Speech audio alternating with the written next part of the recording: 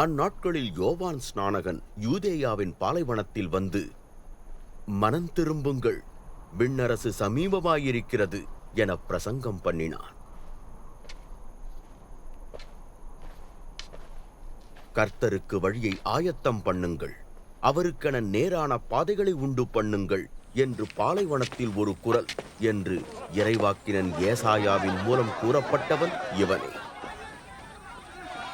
யோவானின் உடைகள் ஒட்டக முடியினால் செய்யப்பட்டிருந்தன. அவன் இடுப்பைச் சுற்றி தோல் பட்டியையும் கட்டியிருந்தான். அவனது உணவு வெட்டுக்கிளியும் காட்டுத்தேனுமாயிருந்தன. மக்கள் எருசலேமிலிருந்தும் யூதேயா முழுவதிலுமிருந்தும் யோர்தான் பிரதேசம் அனைத்திலிருந்தும் அவனிடம் போனார்கள். அவர்கள் தங்கள் பாவங்களை அறிக்கை செய்து யோர்தான் ஆற்றில் அவன் மூலமாய் ஞானஸ்நானம் பெற்றார்கள்.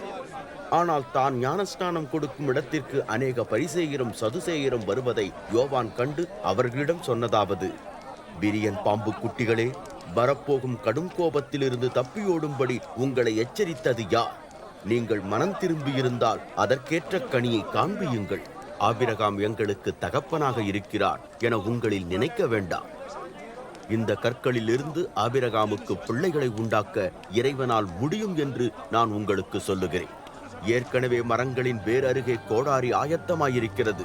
நல்ல கனி கொடாத ஒவ்வொரு மரமும் வெட்டி வீழ்த்தப்பட்டு நெருப்பிலே போடப்படும். நான் மனம் திரும்புதலுக்கென்று தண்ணீரினால் ஞானஸ்நானம் கொடுக்கிறேன். ஆயினும் என்னிலும் வல்லமையுள்ளவர் எனக்கு பின் வருகிறார். அவரது காலணிகளை சுமக்கக்கூட நான் தகுதியற்றவர். அவர் உங்களுக்கு பரிசுத்த ஆவியானவராலும் அக்கினியாலும் ஞானஸ்நானம் கொடுப்பார். அவர் தமது கரத்தில் தூற்றும் கூட ஏந்தி தமது களத்தை சுத்தம் செய்வார். அவர் தன் தானியங்களையோ களஞ்சியத்தில் ஒன்று சேர்த்து பதரை அணைந்து போகாத நெருப்பில் எரித்து போடுவார் என்றார். அப்பொழுது இயேசு கலிலேயாவில் இருந்த யோவானிடம் ஞானஸ்நானம் பெறும்படி யோர்தானுக்கு வந்தார். ஆனால் யோவான் அவரிடம், நான் உம்மிடம் ஞானஸ்நானம் பெற வேண்டியிருக்க நீர் என்னிடம் வருகிறீரா என்று சொல்லி அவரை தடுக்க முயற்சித்தார். அதற்கு இயேசு, இப்பொழுது இடம் கொடு, இவ்விதம் எல்லா நீதியையும் முழுவதுமாய் நிறைவேற்றுவது நமக்கு தகுதியாயிருக்கிறது என பதிலளித்தார். அப்பொழுது யோவான் அதற்கு உடன்பட்டான்.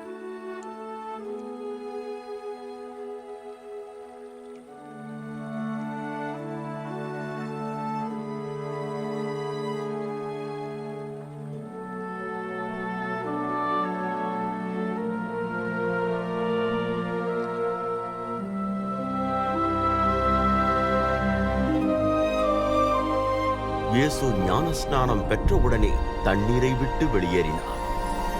உடனே பரலோகம் திறக்கப்பட்டு இறைவனின் ஆவியானவர் புறாவைப் போல் இறங்கி அவர் மேல் அமர்வதைக் கண்டார். அப்பொழுது பரலோகத்திலிருந்து ஒரு குரல், இவர் என் மகன், நான் இவரில் அன்பாயிருக்கிறேன், இவரில் நான் பெருமகிழ்ச்சி அடைகிறேன் என உரைத்தது.